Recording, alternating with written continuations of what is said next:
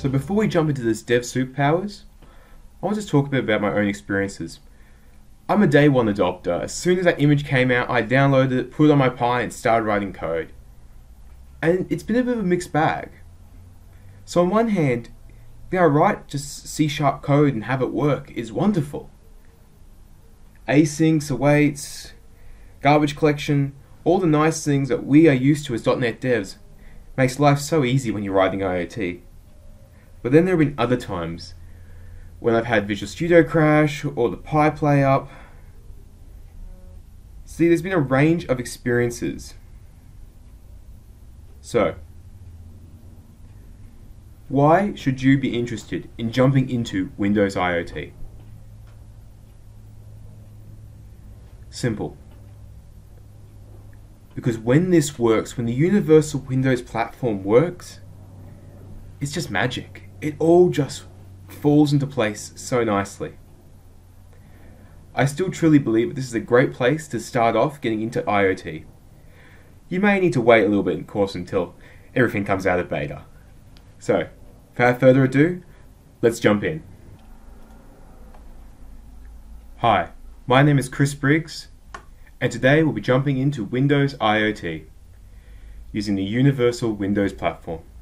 So before we begin, let's have a brief look at the agenda. So we're going to start off by creating and deploying a simple universal app. And then we're going to learn to make the sensors sing. And lastly, we're going to learn to make the Pi dance with Azure. So what is Windows IoT Core? It is a special cut-down version of Windows that can be used on a range of IoT devices. Now, it's not what we would traditionally think of as a full operating system. Rather, we deploy universal applications to it. And best of all, it's free for the maker community. This means any dev can sign up and get started. There are many devices that run Windows IoT Core. Here are some of the most popular. The Intel Galileo, a first-in-the-line Adreno certified development board based on Intel's x86 architecture. And the other, one of my personal favorites, the Raspberry Pi 2. A low-cost credit card-sized computer which is 6 times more powerful than its predecessor. Now today, we're going to be deploying onto a Raspberry Pi 2. So now let's jump into Visual Studio.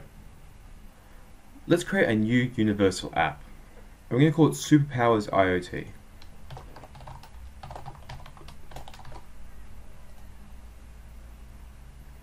So what is Windows Universal Platform? It provides one core API layer across devices, which allows .NET devs to write once and deploy to a number of different devices. This includes IoT devices, such as the Pi and Galileo, desktop, mobile, and eventually even the Xbox One.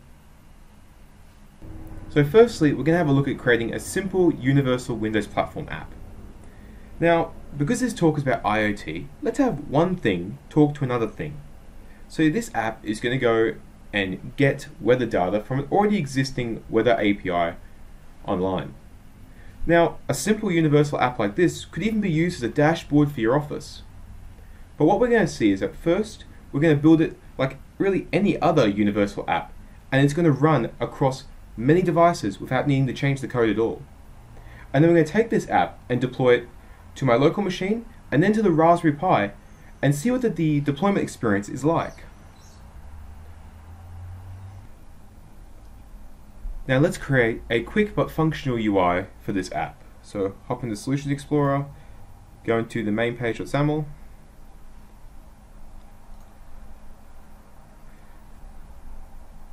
now there's two important things to check. The first is that it's set to x86, and secondly, at this 5-inch phone we go down and we select 10-inch IoT device.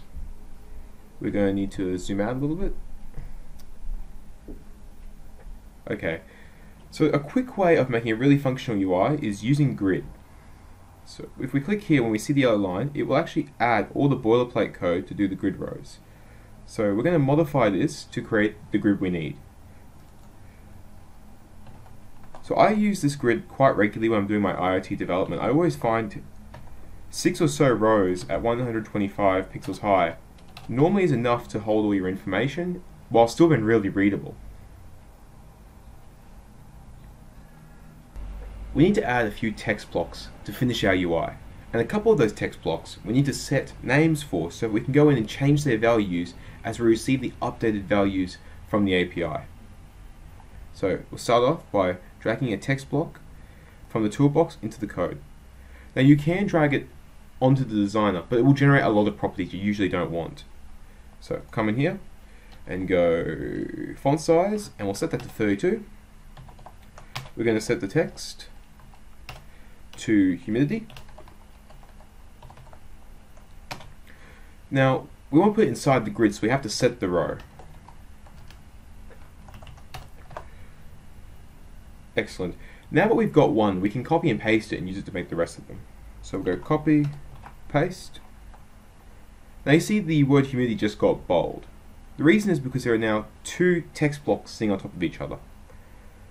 So let's add a horizontal alignment to fix this.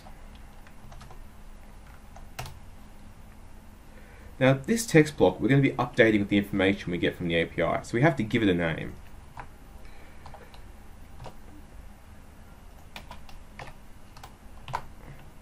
Hit save. Now that one row is done, we can just do a copy and paste to make our second row.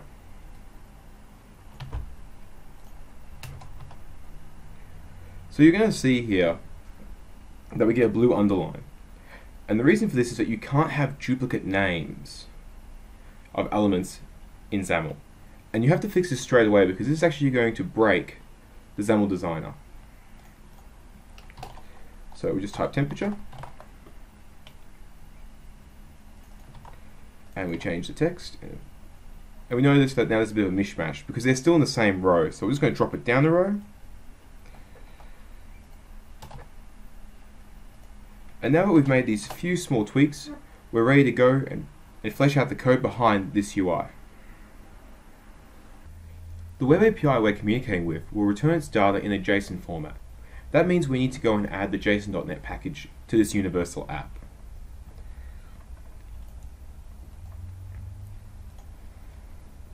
So it's no different to install a package than you would normally do in Visual Studio. So we just click here, click install, and we're ready to go.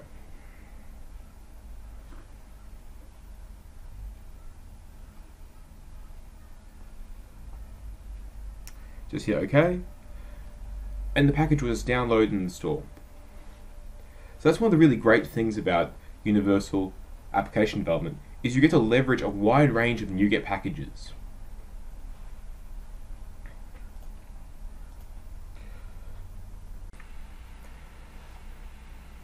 Now we have the JSON.NET package, we're going to need a model to deserialize our data to.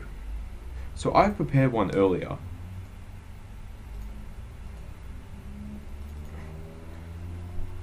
And if we have a look inside it, and we have a look inside this main object, we find that's where the API will put all the data that we want to get our hands on and want to display on the screen. Now let's actually jump back to that file, which is the code behind the main page.xaml. Now, to save time, instead of typing out the entire get data from the API using the HTTP client, I'm going to pull in a code sample and quickly explain it.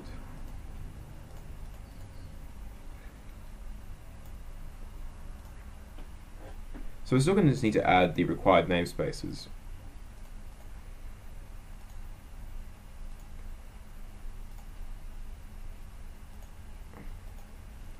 So what this does is it goes off and makes a GET request to the API, pulls it back, and then we deserialize the object.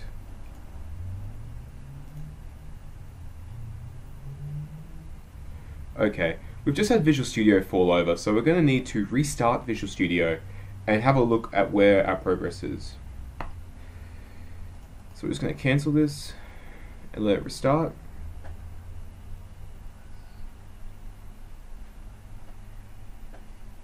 Okay. So the issue we're going to run into is even though we can recover the selected files, we may not be at the same place we was before. So just wait a little bit.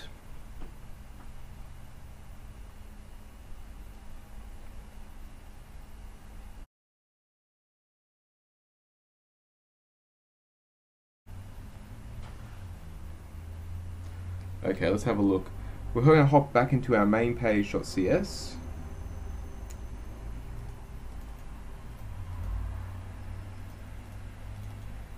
We'll have a look. Yeah, okay, so we're going to see that that code we just wrote has disappeared because Visual Studio crashed. So luckily for us, it was a code sample, so we're going to go back into the toolbox and re-grab our sample out. And of course, we now have to re-add all the namespaces that we just lost. So that does happen semi-regularly with the new Visual Studio.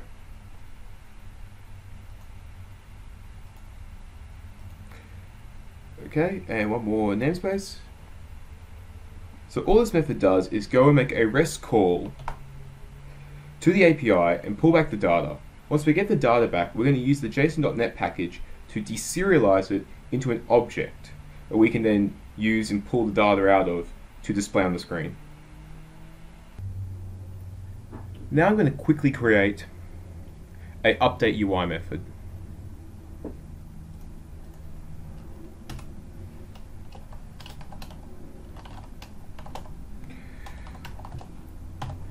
Now we can use the tooling to quickly generate the method for us. Now this method is going to need to be asynchronous, and in it we're going to call getData, and then we're going to update those couple text blocks.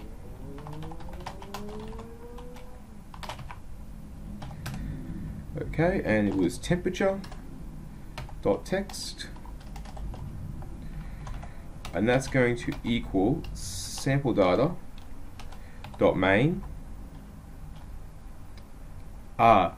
We need to await this method, otherwise we're going to get only back the IntelliSense for the task. So let's await the get data and try again.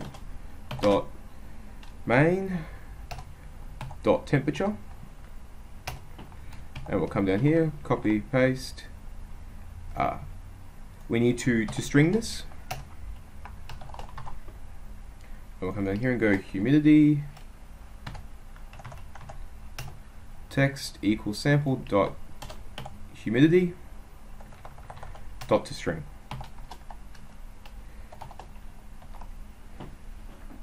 And that's all there is to it.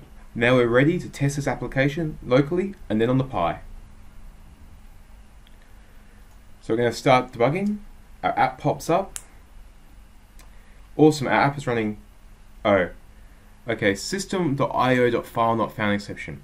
Okay, this shouldn't have happened, but I know exactly what's caused it. If we actually have a look in the output window, we see that the exception was thrown in the newtonsoft.json.dll. So, the cause of this is actually that currently the latest pre-release version of JSON.NET is actually not compatible with the Windows Universal Platform. So if we just hop into our NuGet references, we're going to need to downgrade it back to the latest stable release. Downgrade to 6.0.8.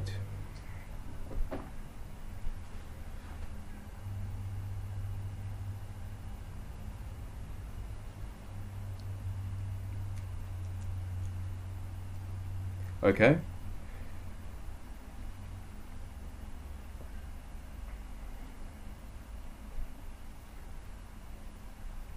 So now if we rerun the app again, it will pop right up and we'll be able to see the data from the API.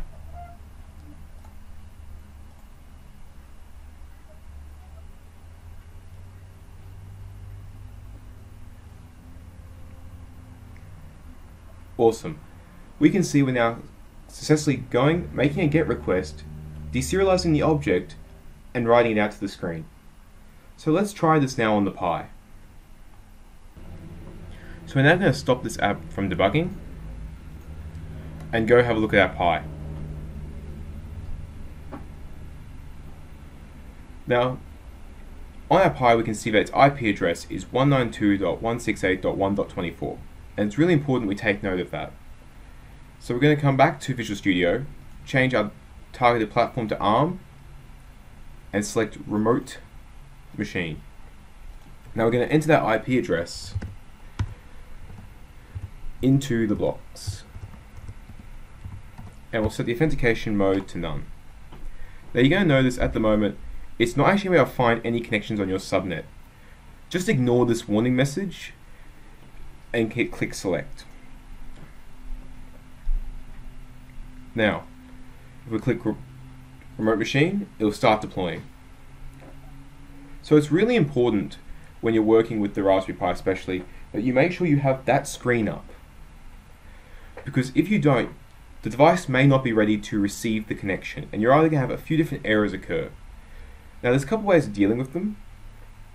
The three common ways is either redeploying, logging in with PowerShell and restarting it, or my personal favorite, power cycling the Pi. I find that fixes currently most of the issues. It's just turn it off, give it a minute, plug it back in, and then you're ready to go again. So isn't that cool? We wrote an application in C#, we deployed it to our local machine, and then without changing any code, we just retargeted and deployed to the Pi. So as you can see, it's really quick and easy to make a simple universal app that gets data from a web API. The range of possibilities is nearly limitless. You can do anything from a bug bash leaderboard to a table tennis scoring card updated by Twitter. But what happens if I want to know the temperature in this room instead of at some random weather station? We're going to need something custom. We're going to need a sensor. Introducing the SparkFun Weather Shield. Now this shield is a combination of many different sensors on one board, which we communicate with via GPIO. GPIO stands for the General Purpose Input and Output pins. They can either set or read a voltage, and they allow the Pi to communicate with a wide range of electronics. Now, while the pins are very useful, in order to communicate with anything more complicated than a simple LED, you're going to need an interface. So what are interfaces? Well, they're just simply predefined ways to communicate between electronic devices. And the reasons we need them is because they greatly expand the I/O capacities of the Pi. Most external devices you want to integrate with will also require one because they simplify integration. Once you understand how to implement one type, it's easy to implement other sensors of the same type. And the common types are I2C, SPI, and serial. So today we're going to be communicating with the SparkFun Weather Shield via I2C. Now I2C, a single master device, in this case the Pi, communicates with a range of slave devices via a two-line data bus. One line is serial data and one line is serial clock. Now this two-line bus allows 120 devices to connect, roughly. As can be seen in this image, you have your two-line bus for data and clock, but you also still need to supply power from other GPIO pins in order to actually power the SparkFun Weather Shield. Now that we're back in Visual Studio, we're going to add the required references to get the SparkFun Weather Shield going. Right click, add reference, extensions, and we need to add the Windows IoT extension SDK. This lets us use the GPIO pins and communicate via interfaces with hardware electronics. We also need to add a library that was created to make interfacing simple with the SparkFun Weather Shield. So we're going to go add existing item, go documents, GitHub, SparkFun, and add the CS file. So we're now going to have a poke around that C# file we added and have a look at it from a high level perspective. So with every sensor you buy, commonly there's a data sheet, and in this data sheet it will tell you important byte commands such as I2C addresses or the required read commands for different sensors. So you see, they're preset as our constants. We look down and we see that there is an initialization method that's going to take care of all the protocol communication for us. Effectively, once we call this and get the object back, the extension SDK worries about all the slave-master relationship for us, which simplifies development greatly. Now if we look at the humidity method, it's going to write that command byte onto the sensor, read back the data, and then validate it using a validation check. Once the data is validated, it will then be converted to the correct unit and passed back to us. The same is seen for temperature. Now, the validation check is really common on most good sensors. So in this case, it's a CRC check. So a very similar check to what's used in zip files is used to prove that the data we're reading, those bytes, are the bytes that were intended to be sent from the weather shield mathematically. Now that we've had a poke around here, let's jump back into that main page.cs. So now we're going to update this file, so instead of it going and getting data from an API, it's going to get data from the SparkFun Weather Shield. So first up, let's declare our SparkFun Weather Shield. So we'll just come up here and say using the SparkFun namespace. SparkFun, hop down here and say private SparkFun Weather Shield, and then we'll call it shield equals new, and then just SparkFun Weather Shield. And then we're going to come down to this update UI method, and we're going to change this get data instead to if shield dot setup, and then put these in brackets. So what we're doing is, once we await the setup, is we're saying once this setup is completed and we're sure it's okay, then we're going to read the data.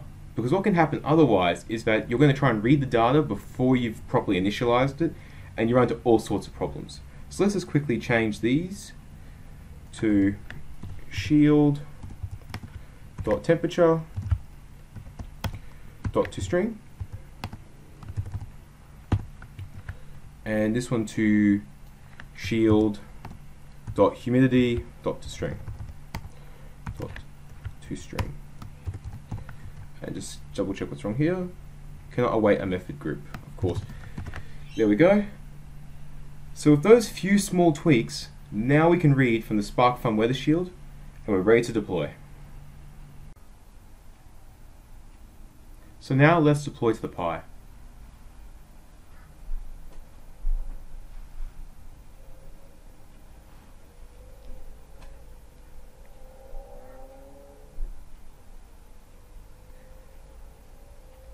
And as we can see, the Pi is now reading the data from the SparkFun Weather Shield instead of going and getting the data from the cloud.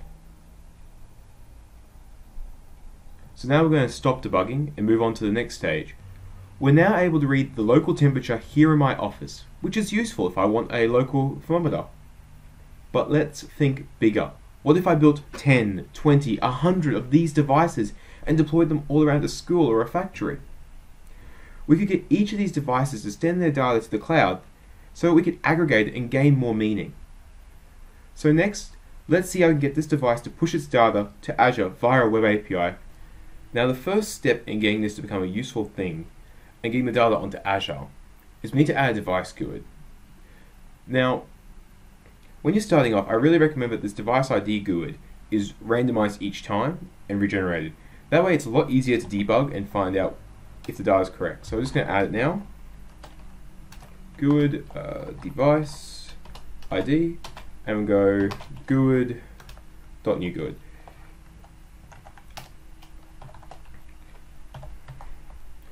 Now we're going to jump over to the UI and make a quick change so we're going to be able to see it. So you see, when we're actually targeting ARM, we can't use the designer. So quickly I'm going to retarget to x86. And I'll come down here and I'll copy my temperature and I'll make a new row. Okay, so we'll set this to row 4. We'll set this to ID, device ID. Now we'll set that to, scroll down. Excellent, just going to clear that. So now we're just going to make one more change and we're ready to start implementing the rest. Come over here and go, after we initialize the component, we'll go device ID dot text. Now this device ID is actually that text block element equals device ID lowercase dot toString, which is the GUID we just created. So as like before, instead of writing out laboriously the HTTP client, I'm going to pull in a code snippet. So what this method does is it's going to go and make a REST call to our API.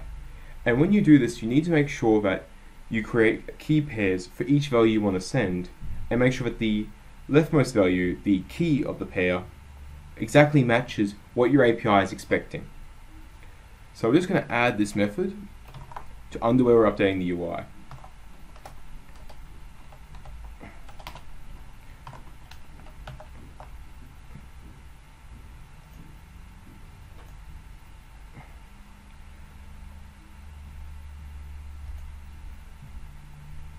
And now we're ready to go.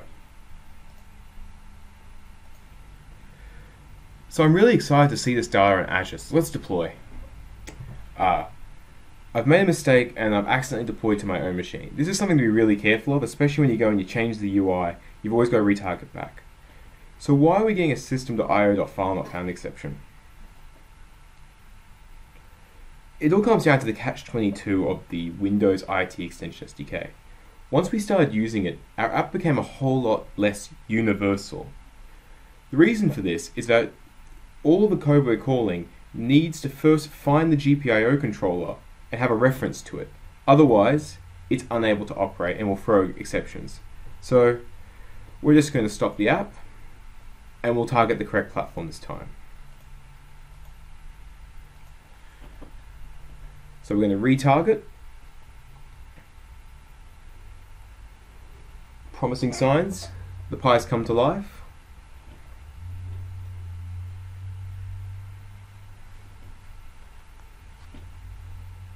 Okay, we can see we've got the GUID, but we don't have the values. Okay, the code has broken again, and if we have a look in the output window, an invalid operation in system.net.http. So our post call has failed. Awesome, so we're going to try and fix that, and I have a feeling it's because I don't have HTTP before I actually have the URL. So I'm just going to copy and paste that over. Let's give that a try, and deploy again.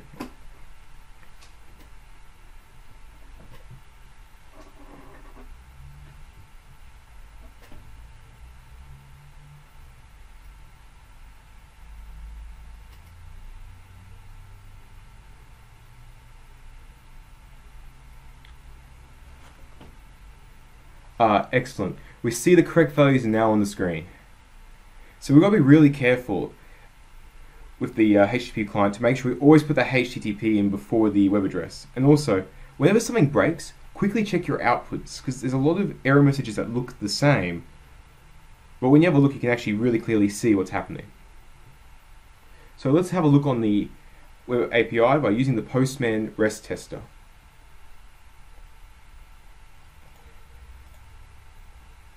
We're just going to send a GET request, and there we can see the exact same data that was on our Pi is in our web API. So what have we achieved in this Dev Superpowers? We learned how to create a simple Windows universal app. We were able to deploy it to the Pi and to a normal computer without changing a single line of code. We were then able to integrate the SparkFun Weather Shield, and lastly, push data out to Azure. Thank you for watching, and feel free to tweet me any comments, feedback or questions to @ChrisBriggsy.